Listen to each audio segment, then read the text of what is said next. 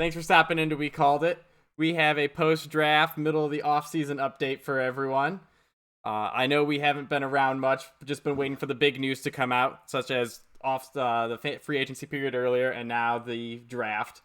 So Ken and I are going to go through what we take away as the biggest winners and losers, not one of those full breakdowns where we give everyone a grade and go through every pick. Just the real highlights here, probably mostly from a fantasy perspective.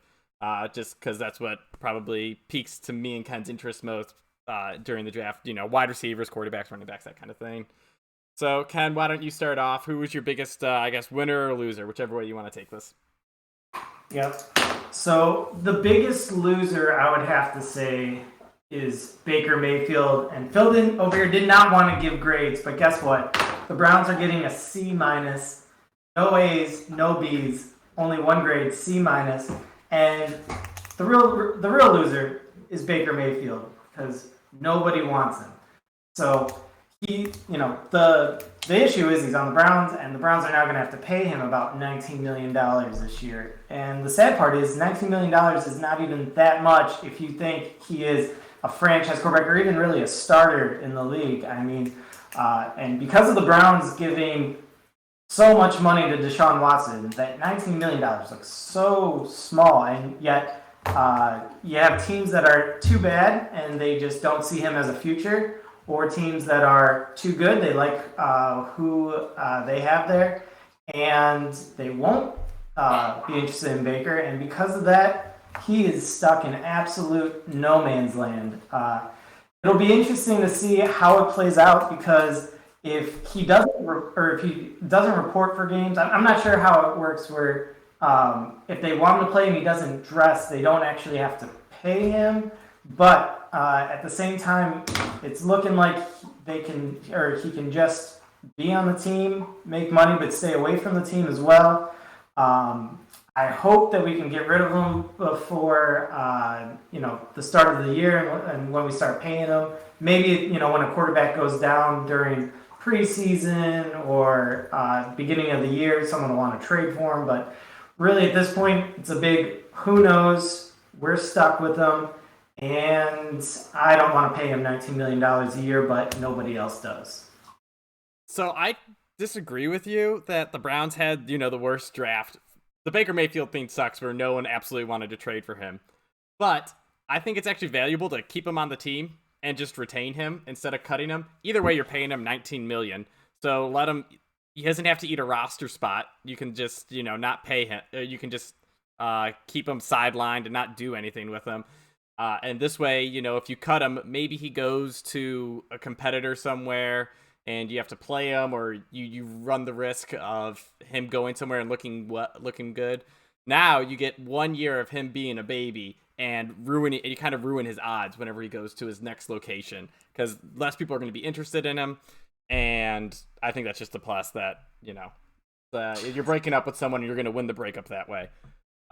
In terms of just the draft, though, I know we mentioned it in our family group chat, but everyone was like, oh, get, startable players for draft picks. And I was over on the camp of get as many picks as you can, because the Browns do need starters, but they need cheap starters given the cap crap that we're going to be going through in the next few years for Denzel Ward's contract, Deshaun Watson, like you just said. So I'm all for getting cheap lottery tickets and hoping that, maybe the cornerback or wide receiver that we took late in the draft pans out and you get like a viable second or third option, because those likely wouldn't come as cheap, and you get them locked in on their rookie deals. Okay, maybe they didn't have the worst draft, but they got a C-. And yes, there's grades lower than C-. I just wanted to make a big note of the Baker Mayfield situation. One thing I also didn't necessarily like, and this is completely biased based off of one player, Clyde Edwards-Hillaire. He came into the draft just barely 21, and he looks like it. He did not have any sorts of man weight on him, and he got thrown around on the NFL level. And then the Browns are like, oh, wow, look, they drafted by far the youngest average age. Their average age is just over 21. I just don't know if that's mature enough. I don't know if they have their man weight on yet at 21. But the main issue with that is, one, maybe they're not ready to play yet. Number two, if they are developing, by the time that they're, at their, say 25, 26, and they're starting to hit their sort of physical peak and, get that man strength going on, you're now going to have to pay them a lot of money. And they're also going to be like, I'm in my prime, I have experience, and you owe me a big contract. All those things, I don't necessarily know, work out in the long run. Yeah, but if you don't play them, then you don't have to give them a big contract because no one knows they're good. So see, you let them work, get them a second deal, lock them in even longer, you get them in their system. I don't know. I'm just all for once you're an established team, more picks is better. For example, you have the Rams, where I don't think adding a first-round pick, like, they traded away all theirs for the past and going forward like 10 years or something. It's not actually that much, so don't quote me. But they went through and they started taking gambles on second and third round picks, and they started getting value players such as, Cam Akers, Darrell Henderson, their running backs. I can't remember, like one of their tight ends or wide receivers. They got little, people that just filled in the roster and became productive, and now they're locked in for cheap for, 2 or 3 or more years while the Rams sit there and pay monster deals to their stars. And that's how you get a complete team. Okay, I got to throw that out entirely based off of one thing. Whatever made Darrell Henderson a value or useful to the team, has he done anything that any other running back has not done? He started for them. And Sony Michel was dead in New England and could do exactly what Darrell Henderson No, he couldn't, because Sony Michel, you had to pay him a first-round player salary. Darrell Henderson's down there in like the third round, so you got him for a huge discount. They should have got their 7th round pick in there, and they would have looked just fine in that offense. Yeah, probably. But the whole point is they still got they still got value out of that pick. All right. Okay. So, the Browns was actually, I just said, they were a team I liked the draft of, and they were the first team I had listed. So, I guess we'll even go back to you. You can pick your second team. Okay. So, I'm once again going to avoid the draft here with this one, or the new draft rookies. And I'm going with a big winner over here is maybe Jalen Hurts, but definitely A.J. Brown. So maybe not for fantasy, but more for his team. Number one, he wanted out of Tennessee. They didn't want to pay him. I absolutely Whoa. He didn't want out of Tennessee. He wanted a big pile of money. He didn't care where that money came from. All right, he wanted a big pile of money. Tennessee didn't want to give it to him. That's fair. So, and he got paid, and I don't blame him. He is young. Number one, yeah, he gets injured a little bit, but when he's on the field, he is. Now, Phil, listen to this. He is a stud. He is. Is that above or below T. Higgins in that elite level? For the record, I think A.J. Brown's better than T. Higgins. So. Yeah. So do a lot of people. And the Eagles definitely are, and they paid him like it. But receivers are getting paid. I 100% don't blame every receiver from him to Debo. And DK's even mentioned it where they want to get paid. Don't blame them. Go for it. And with the Eagles, I love the setup of A.J. Brown, Devonta Smith, Dallas Goedert. I like Miles Sanders. Jalen Hurts adds a running part to his partial quarterback game that he brings out to the team. He has a throwing part. He has a throwing part to his running game. Let's be honest. He throws the ball better than Miles Sanders, and but the main reason I like it for the Eagles is I hate no man's land in football. If you're bad, I want your team to know it. I want you to know that you need to rebuild. If you're good, great. But if you're in the middle, and especially on a quarterback, and you do not know what you have, you're in trouble. So, Jalen Hurts coming into year 3, that defense has looked pretty good, especially recently, and he has the weapons to succeed. You're giving him everything he needs. He also has good motivation from the backup quarterback on his team, because I'll tell you, Gardner Minshew, if you're doing bad, there is motivation to get him in the game. I'll tell you what, this year they will know what they have with Jalen Hurts. And it's better to know than to be the Browns going into the 5th year saying, I don't know about Baker. I'm going to stop talking about him after this one, I promise. But love what the Eagles did. On the flip side of that trade, I absolutely hate trading a known commodity. Not just that, someone who completely played out. A.J. Brown was, I believe he was a 2nd-round pick, and he turned out to be worth that pick and more. They traded him for a 1st and a 3rd, but all they're hoping for with Treylon Burks is to become A.J. Brown. You traded the known commodity for the maybe this doesn't play out. You see it every year where these high draft pick receivers do not play out. And I know it was about the money. I know it was because that's not what they want to do with their offense. But guess what? That's going to hurt every aspect. That's why Tannehill didn't like it. If you saw that video of Mike Vrabel when he saw it, you know exactly what happened. So good luck to Traylon. The worst part is Treylon Burks, even if he does everything right, they're going to say, oh, congrats, you just turned into AJ. You didn't add anything to the team. You just replaced what we lost. So there was that stretch in the middle of the year, right, where Tennessee essentially had no receivers and they were still winning games. And I think that skews their opinion on this. But I am 100% with you. You can't give away when you draft a 2nd-round receiver, or when you draft any player, the dream is that they become what A.J. Brown currently is. A perennial Pro Bowler locked in and borderline, you're going to be fighting with Tyreek Hill, Devontae Adams to be an all-pro. And it's not like his contract was completely absurd. It's not the 4 years, $30 million that Devontae Adams and Tyreek Hill got. He got $25 million a year. That's, I think, in line with what New Hopkins set the market at with the last max contract, or Michael Thomas. I can't remember which. So it's not. It was Nuke. Yeah, it was Nuke. Yeah. Well, I don't get why Tennessee was so against paying that much.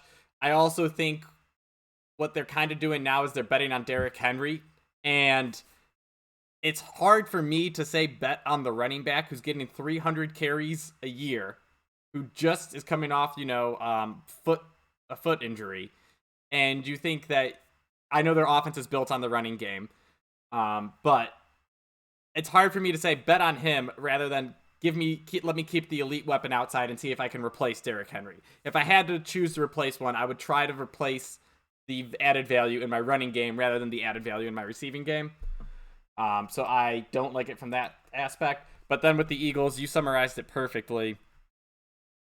Jalen Hurts, I can't wait for him to be run out of the league this year and for the Eagles to draft one of the legit QBs coming into the league next year.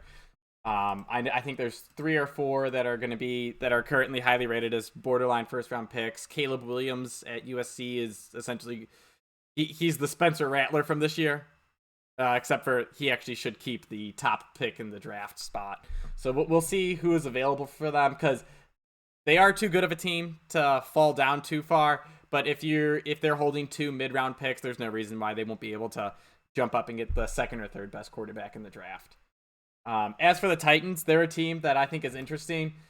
You laid it out perfectly. Treylon Burks, the best you're hoping for is that he turns into A.J. Brown.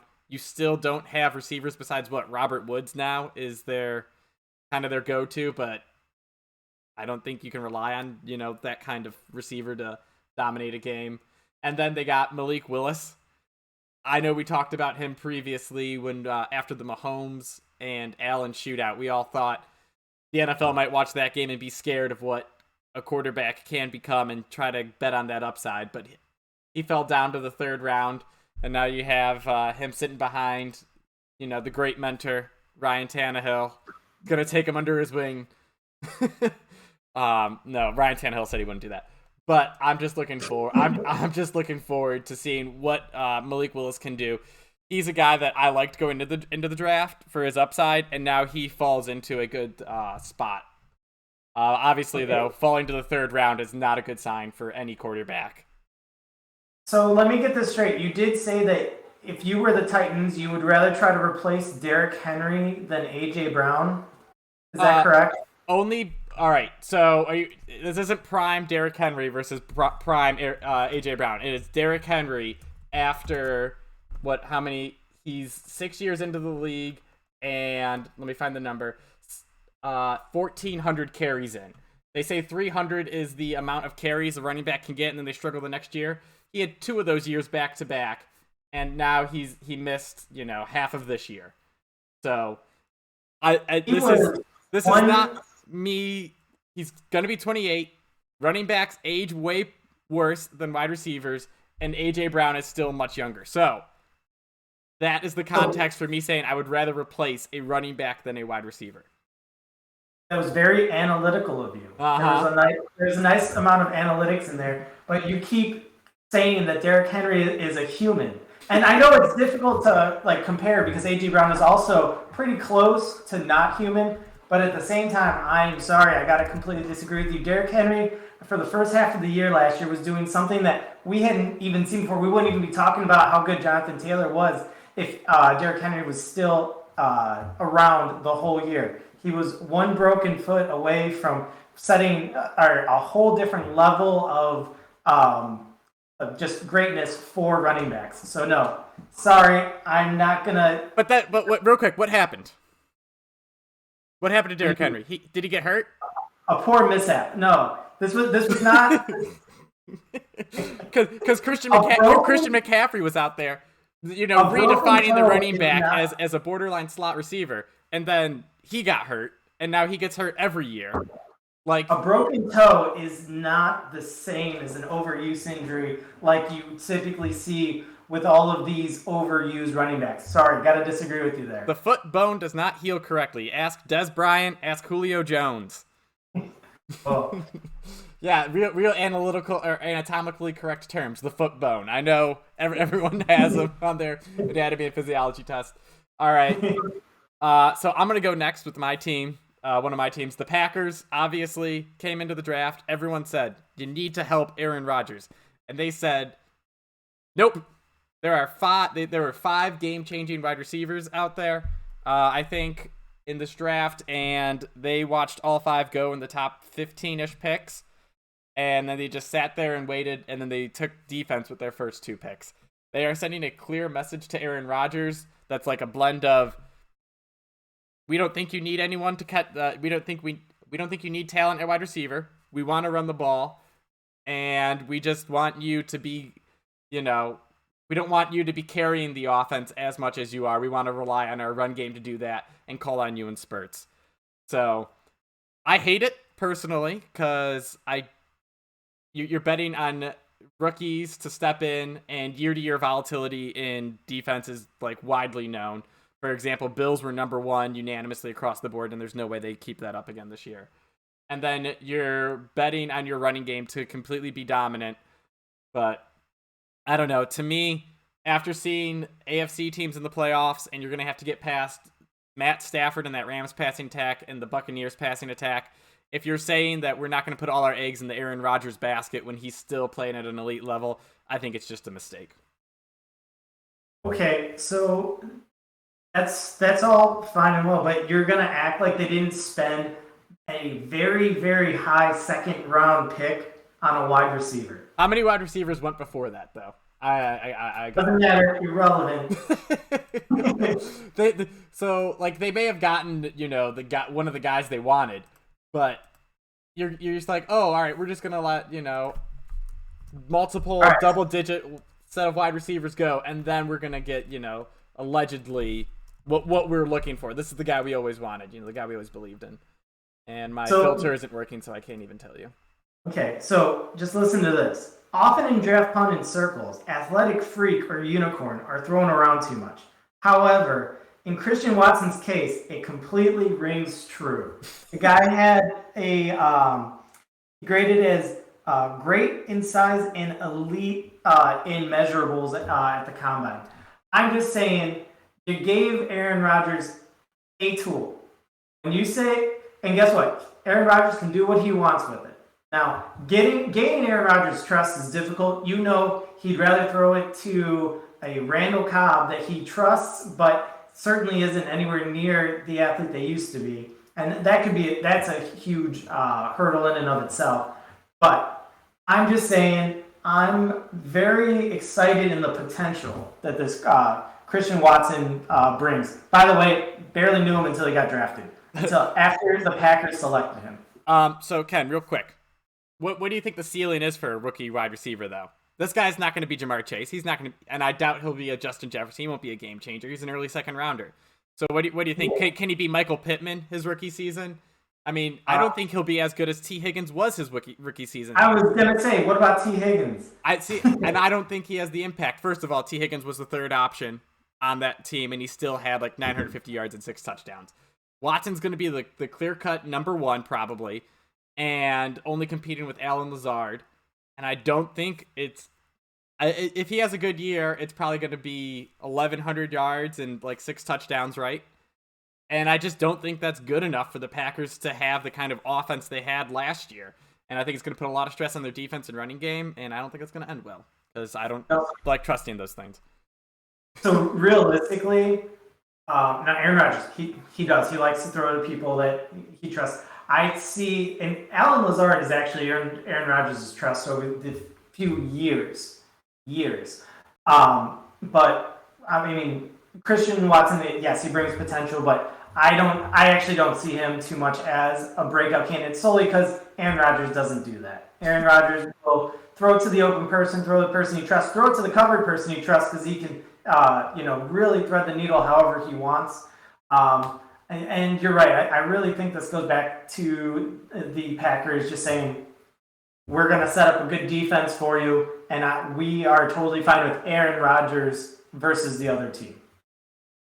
Yeah, for the record, Lazard, the guy this dude trusts so much that they thought he could make him number one. 500 yards last year. 8 touchdowns, though. So the red zone connection was there. All right. Was he hurt on and off all of last year? Yes. Yeah, let me answer that for you. Yes. He's played 13 games. Did Devontae Adams really... Lazard ran wide open, and Devontae Adams was triple covered like in the 49ers playoff game to advance. It was one pass, and they would have been able to milk the clock. And Aaron Rodgers chose to throw it 30 yards downfield to triple cover Devontae Adams. So that's the kind and I'm fine with that decision. That's okay. All right, so you're up now. I got my Packers take out the way. All right.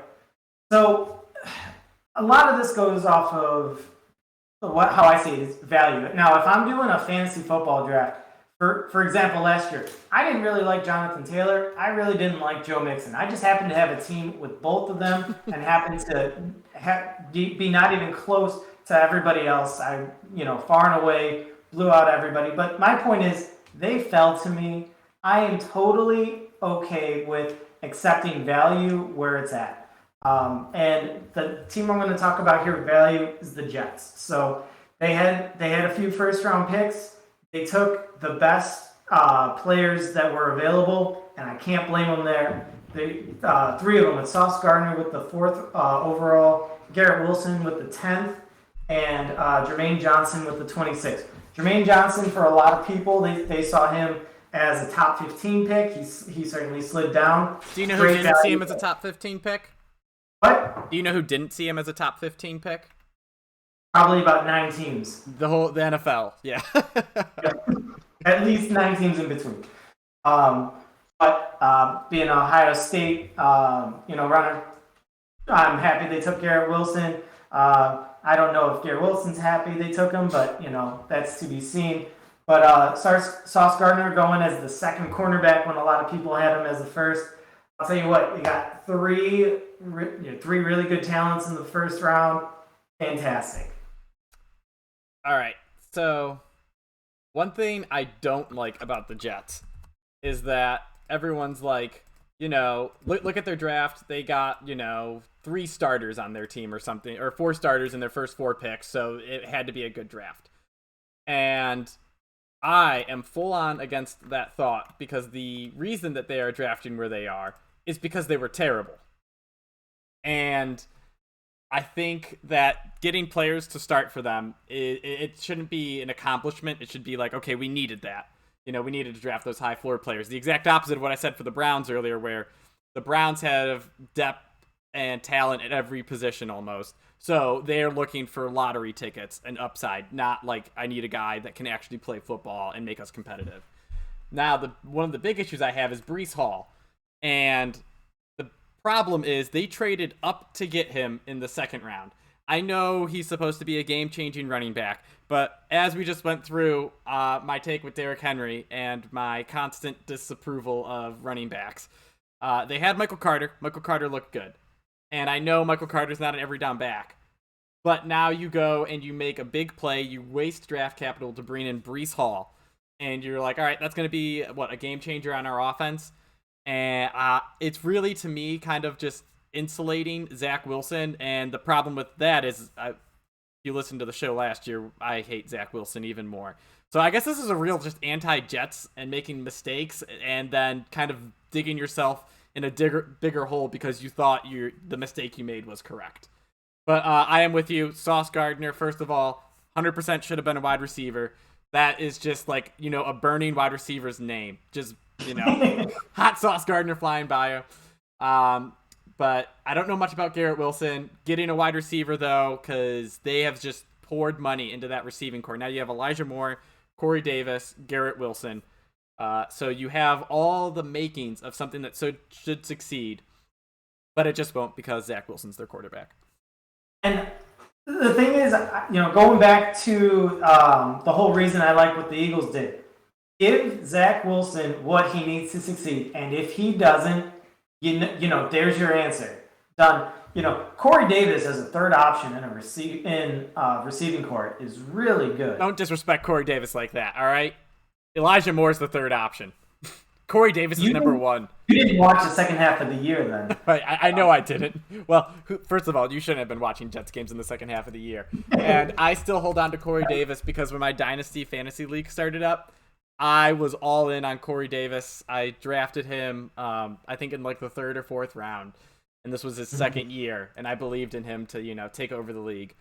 And, yeah, that was wrong. So the one thing I didn't want to talk about Breece Hall at all because now, number one running back out there, but, look at Saquon Barkley. Now, I love Saquon Barkley. I love the talent. But, man, I got to say, put on a crappy team, and you're just going to get crap. You get an explosive play every once in a while, but mainly you just get crap. And the truth is, the reason why running backs go so low is because they're replaceable. So, if he's great, awesome. But running backs really should be drafted as part of a team that's already set up and ready to win. Perfect example: Jonathan Taylor and the Colts. That's when you pick a running back. I agree, and Jonathan. I still think it's earlier to draft him in the second round, but Jonathan Taylor's an exception because I loved him at what's it called? Wisconsin. Yeah, Wisconsin. All right, so Ken, you can go on. Oh no, did you bring up the Jets? Yeah, no, sorry. I'm gonna talk about the Steelers real quick. One, all right. This is gonna be fast. One, the Steelers. You drafted Kenny Pickett first overall, and I'm just not a fan. With your 20th overall pick, and I'm just not a fan. I think it's hilarious that no QBs ended up going in the first or second round, and it really makes you wonder if they didn't draft Kenny Pickett, where would he have gone in the draft? Would he have fallen like all the others down to the third round? Would he have been a late second rounder? But then they also bought to bulk up their receiving core, which I am not a fan of. I know they lost Juju Smith-Schuster, but when that happened, I was like, okay, you have James Washington, you have Chase Claypool, you have Deontay Johnson, and their new tight end, Pat Freiermuth. And even their running back, Najee Harris, can catch passes. And they spent 2 solid picks to improve to get backups, essentially, for their receivers, when their offensive line, I think, needs a lot of work, and I would have taken lottery tickets there. So, big win for the Cleveland Browns as a Browns fan, and I guess Bengals, since we believe in Joe Burrow around here. Did they do anything to their offensive line? I'm not sure. I don't think so. Checking right now. Oh. I also don't think Pickett starts. I mean, not that I super love Trubisky, but I think he's just a better quarterback. And Pickett might sit for a little bit, but I did not like the pick at all. Pickett's 24 too, so I feel, and he's that kind of low ceiling pick at 24 too. So I feel like within the first year, you're going to know what he is. He's not going to be, a Lamar Jackson or a Josh Allen who you watch him play his rookie year and he throws more interceptions than touchdowns. But you go, man, did you see that touchdown that he threw like 80 yards down the field? So the good news is I think he's one that you'll know the results for soon. And like I said, QB market could be a little crazy for the draft next year. Baker Mayfield will probably be available as a replacement. And then, Aaron Rodgers in 2 years will probably be available. So maybe the Steelers are like, we're going to take a gamble and see how it plays out. But I feel horrible for this guy because every single time the ball slips, he drops a snap, anything. People are just going to talk about how tiny his hands are. I already feel bad for him. Yeah, it's going to be bad. All right. All right, you're up now. I was going to talk about the Ravens. I'm just going to skip it. Just skip I got to tell you, yeah, they drafted a lot in the 4th round. They had 6 4th-round picks. They got some people that dropped. That's why I kind of liked it. The only thing I didn't want to talk about is because, with the exception of Cam Akers, you'll hear me talk about how difficult Achilles injuries are going to come back from. And I don't even know how to say the guy's last name from Michigan. Stud, tore his Achilles. He's going to, best case scenario is like he's back for like the second half of the year, but realistically, for a new rookie coming in, he's not going to make an impact till the next season. I don't really want to talk about too much. Well, I would say on the Ravens, the biggest move they made was trading away Hollywood Brown, I think. And the problem there is now their receiving core, which I didn't think was good last year, is left to Rashad Bateman and friends. Like, there is no one left. Sammy Watkins was their number 3. He's gone in Green Bay. And all they have is their first-round pick from last year. So I don't know who Lamar's going to be throwing to, but they better hope that their running game is fantastic and that, like, Mark Andrews just continues dominating because teams are going to be able to heavily focus him now. I don't know if Gus Edwards I don't know his current situation. I know he tore his ACL last year. I don't know if he re-signed. I don't know if he's on the team. But I think that a lot of it was just saying it's like, hey, they didn't get another running back. J.K. Dobbins is the man. I think you're going to see him heavy. You're going to see him often. And this team, when you talk about fantasy, Devonta Smith was actually a decent person last year. Tyson Williams, when he was played, the running back in the system is going to be worth something. And J.K. Dobbins is an actual talent along with that. So I actually really like J.K. Dobbins for this upcoming year. I like Dobbins a lot too. This is going to be this is really a Lamar Jackson make your money year, right? Because he's still holding out on his contract. So it's you're all alone. Prove it to us that you can do it all alone, so we can give you this big bag of money. Absolutely. So Kansas City is a team I want to talk about.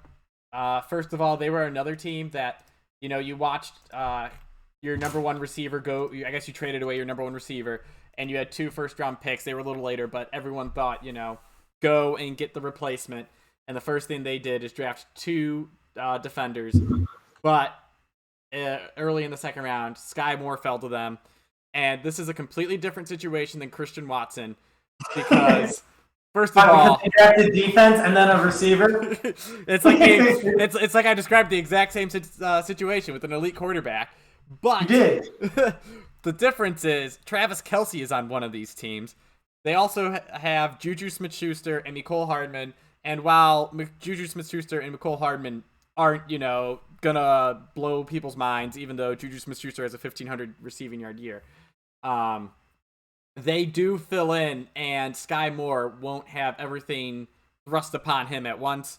When we were talking about this pick and how he'll fill in, because we thought he was going to complete with targets with Kelce and Juju based on his role in college, where they were all kind of slot middle of the field. We saw that Sky Moore is like a 4-4 guy, and found that I think wide receivers more commonly move from the inside to outside. So I think he's going to fit that little burner style. And I wouldn't recommend him as like that guy you draft in fantasy to always rely on. But late in a fantasy draft, like you want that flyer who on a bye week can win it for you. and I could see Sky Moore putting up like 160 yards, 2 touchdowns one week just for burning by a couple people. So I was actually a big fan of Kansas City. And unlike the Packers, who drafted a wide receiver in the second round and waited, I think this was actually a good move. And also, underrated, well, not really underrated, but something that I like that they did is they picked up Justin Ross. And for people who don't know who he is, he was the number 1 receiver on Clemson with Trevor Lawrence, I think, when they won the national championship. And then he was on the fast track to a first-round draft pick. Yeah, he was. So he got hurt. He was the best receiver. I can't remember who else was on the team, but I know Hunter Renfrow was an option, and they had like another first-round draft pick wide receiver out there. And he was by far the best. Got hurt, fell, and now he'll get a chance to, maybe compete to get on a practice squad, rehab, and get stronger, and then, maybe fall into an excellent wide receiver situation. So, by the way, the difference between Christian Watson, who is 6'5", 207, and runs a 4.36, and Sky Moore, who is 5'10", 195, and runs a 4.41, is exactly what I just said. One of them is a monster. One of them is in a role where he has to be a monster, and that's, the lone receiver in Green Bay. Wow. It's easy to be a monster when you're 6'5". No. In all seriousness, I actually really love Sky Moore. I think Juju's like really underrated in the system. I don't know. I do like what the Chiefs did, but I also think it was similar to what the Packers did, with a lot less size. The problem is one of those teams had a Super Bowl caliber team last year, and then the other one, when they lost their number 1 receiver, threw that Super Bowl caliber team away. The Packers threw away. They both lost their 1 receiver. Which one were you? No. Because the Chiefs still have Travis Kelce, so they still have the best receiver. Oh, okay. Yeah. Okay, all right. Because when you talk about receivers, number 1 receivers, you don't think Tyreek Hill, you think Travis Kelce. Okay, Phil. I'm just saying the number 1 receiving option. How about that? All right, Phil. Kelce's the game changer for that. Well, Tyreek Hill. You can't say Tyreek Hill. Okay. Please disrespect Tyreek Hill one more time before we change subjects. All right, real quick. Who will have a better year this year, Tyreek Hill or Travis Kelce? Pass. I'm just saying, Travis Kelce, still going to get passes the over 20 yards. The 32-year-old tight end, the prime 4'2", 40 wide receiver. He has Tua thrown to him, though, so. Yep. Unfortunately, I agree. Okay. Yeah. All right, so you're up. Any other teams you have marked down? The only thing that I have besides that is I just have a huge question mark because I'm never going to disrespect Bill Belichick.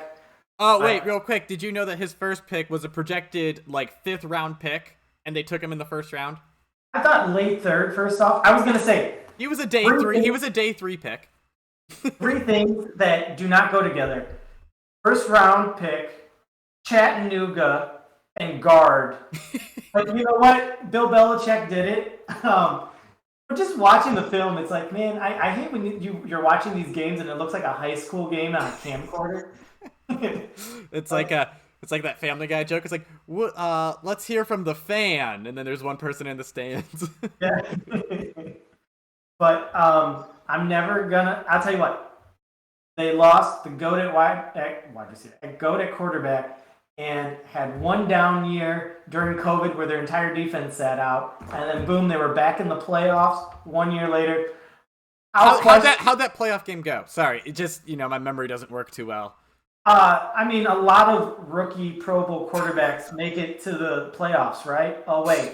No, there aren't a lot. All right, can we put an asterisk next to that asterisk for his Pro Bowl appearance? Because I think half the AFC said they'll pass. They probably called Phillip Rivers and said, hey, can you come back and play? And he turned it down.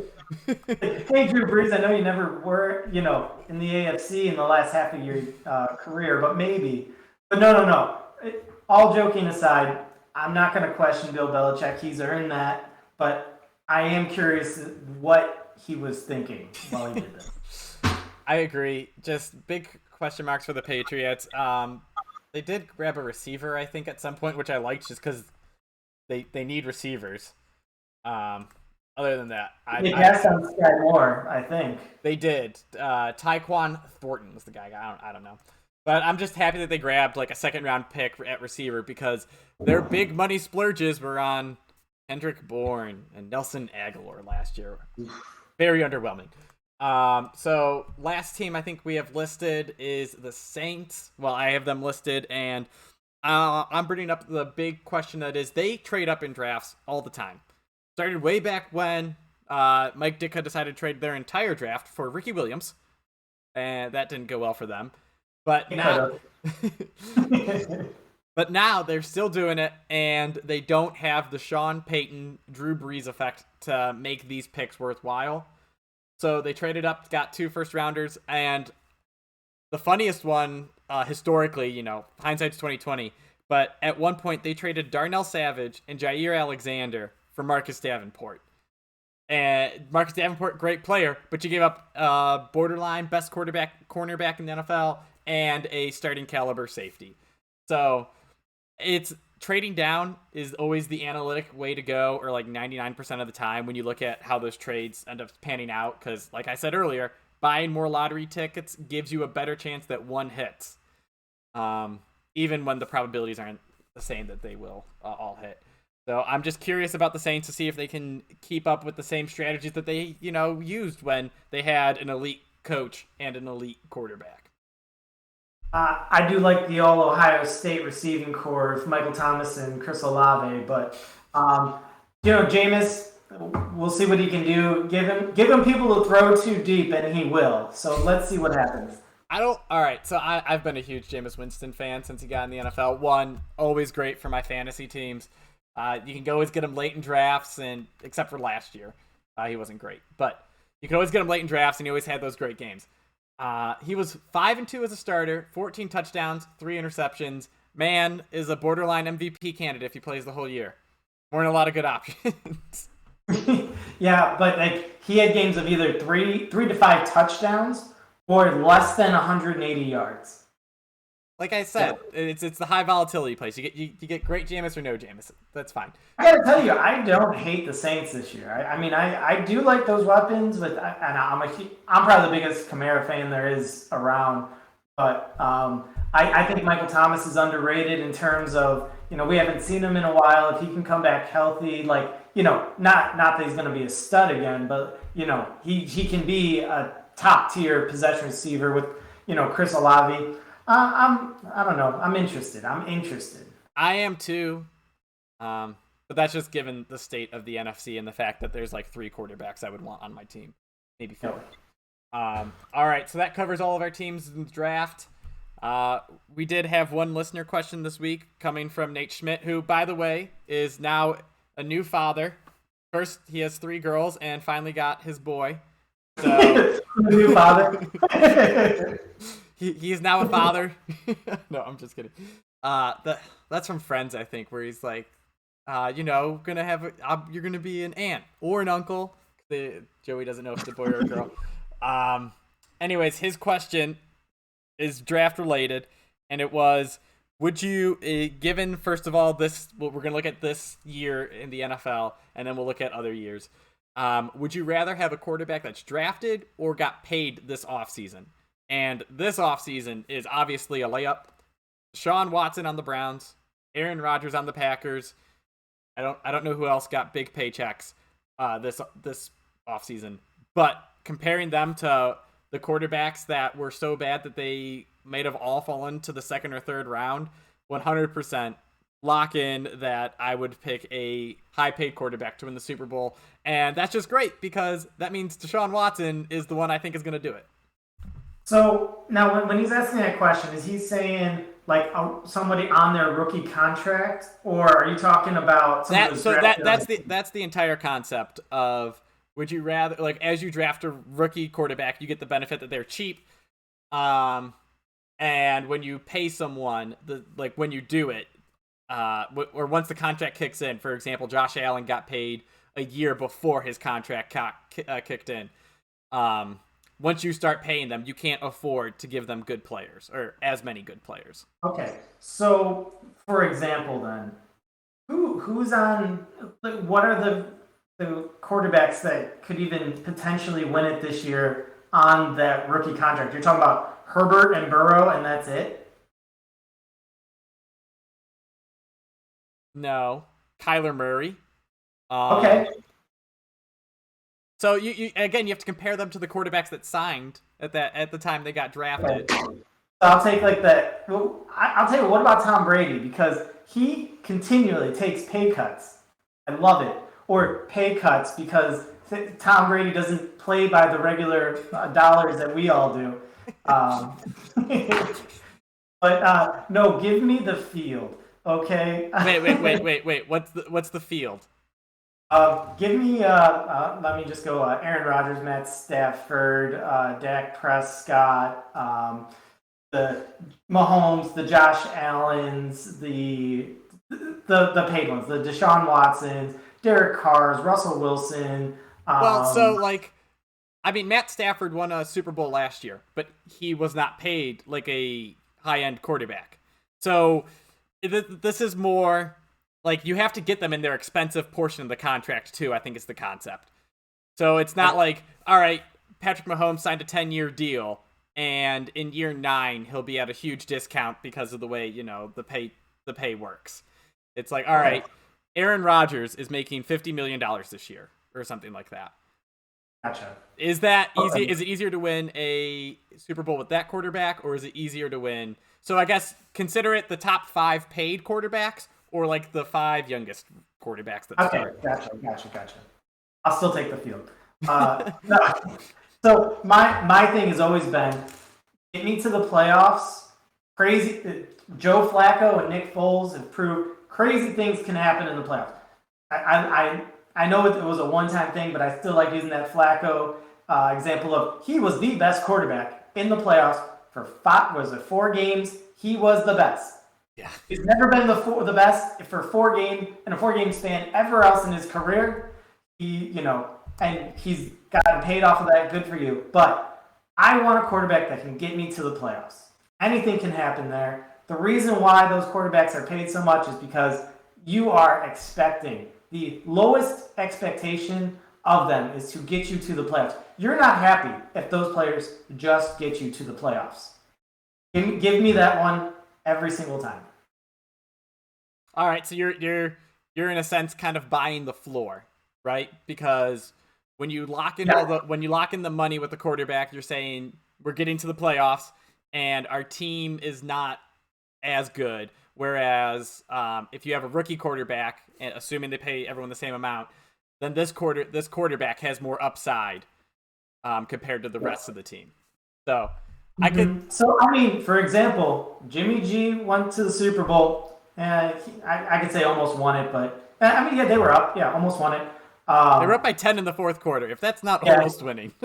Well, for Jimmy G, he needs to be up by 13 in the fourth. He's proven that in the playoffs time and time again. He blows 10-point leads in the fourth. But Jared Goff in the Super Bowl as well. I'm just saying, things happen. Anything can happen in the playoffs. I want to be in the playoffs. So Jared Goff is the perfect point, right? Because he was on his rookie deal. Carson Wentz. I know the Eagles used Nick Foles in the playoffs, but I don't think they're a playoff team without having the benefit of Carson Wentz giving them MVP game for 13 years or for 13 weeks.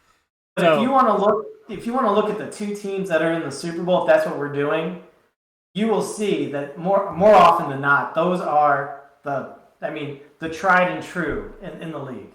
I completely agree that you're betting what happens, that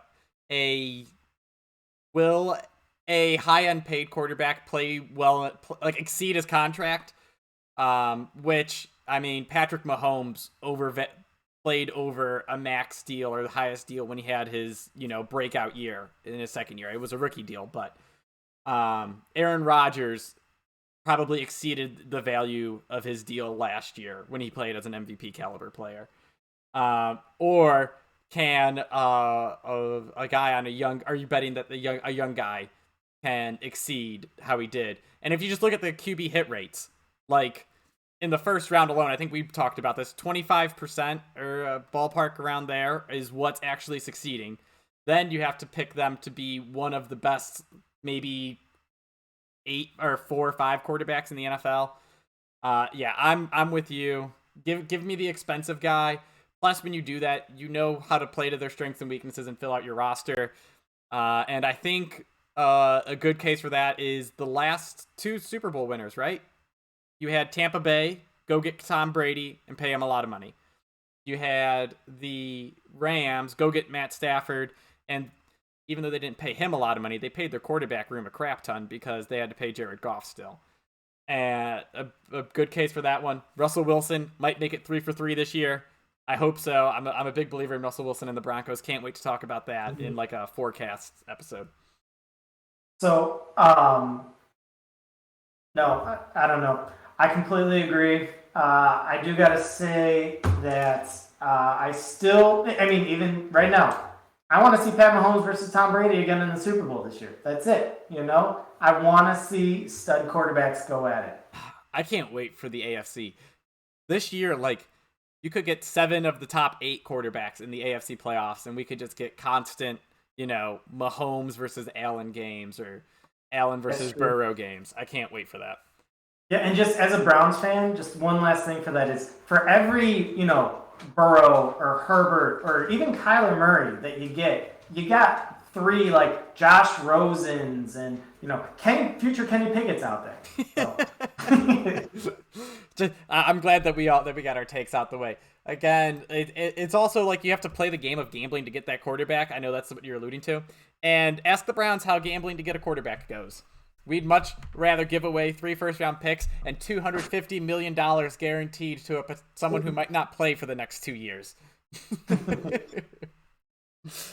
All right, so that's all I have. Ken, anything else? No, we definitely talked enough about nothing. So let's do it. Yeah, so you guys heard it here first.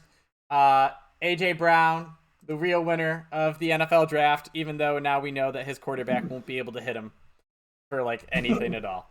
Thanks for listening.